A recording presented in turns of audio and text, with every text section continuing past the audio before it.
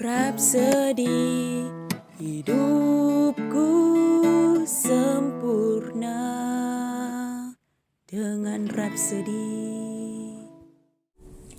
Hai, Shalom saudara-saudari di dalam nama Tuhan Yesus Kristus.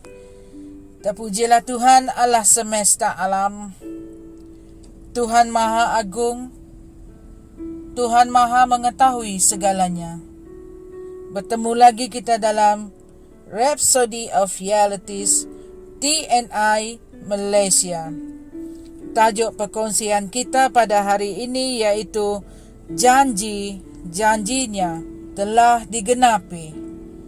Ayat kunci kita pada 2 Korintus 1 ayat 20 yang mengatakan, sebab tidak kira berapa banyak janji yang telah Allah janjikan, semua janji itu adalah ya di dalam Kristus.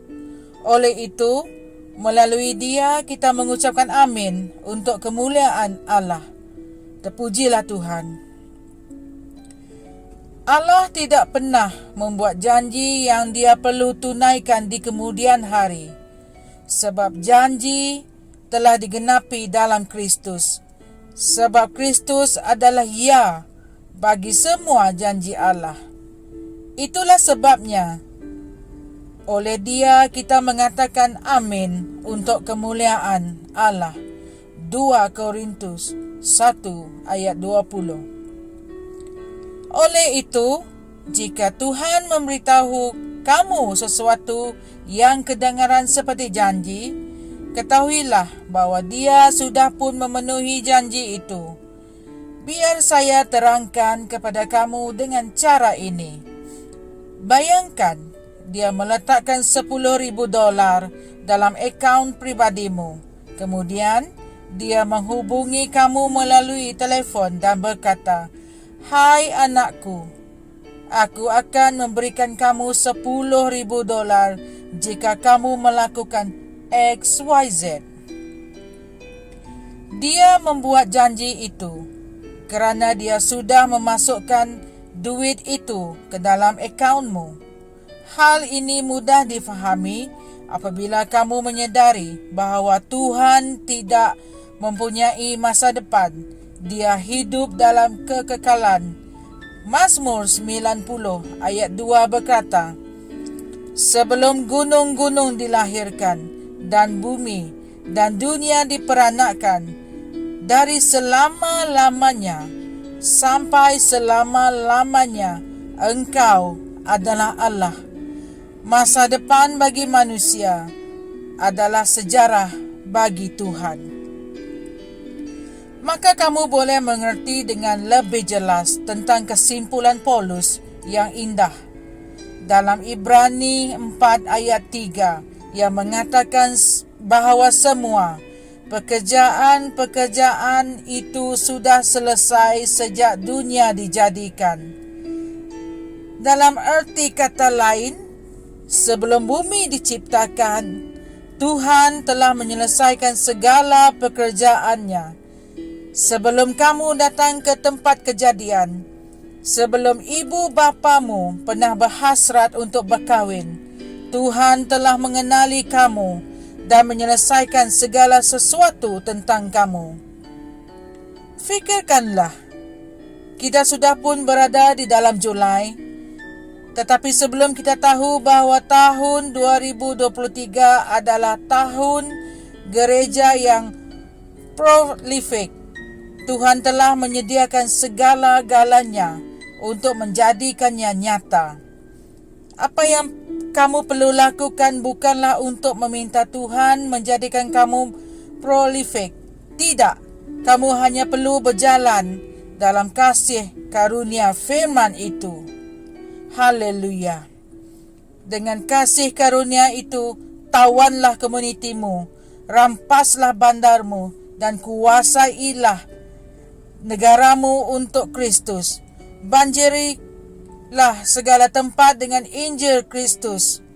Biarkanlah apa yang dinyatakan tentang para rasul dalam Kisah Para Rasul 5 ayat 28 juga dikatakan bagi kamu, lihatlah, kamu telah memenuhi Yerusalem dengan ajaranmu. Mari kita sama-sama berdoa. Ya Bapa, terima kasih kerana menjadikan kepenuhan berkat Injil itu mungkin dan tersedia bagiku dalam Kristus. Kerana semua janjimu telah digenapi dalam Dia.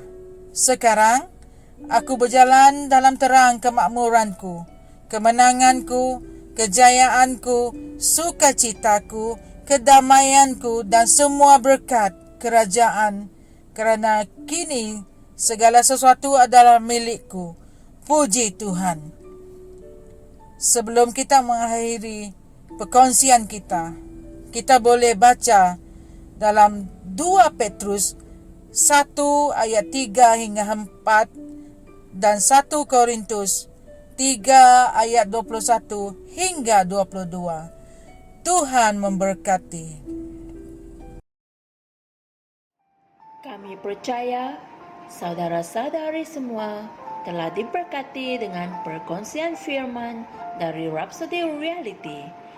Bagi sesiapa yang ingin menjadikan Yesus Kristus sebagai Tuhan dalam kehidupanmu, kamu boleh mengucapkan doa ini bersama dengan saya.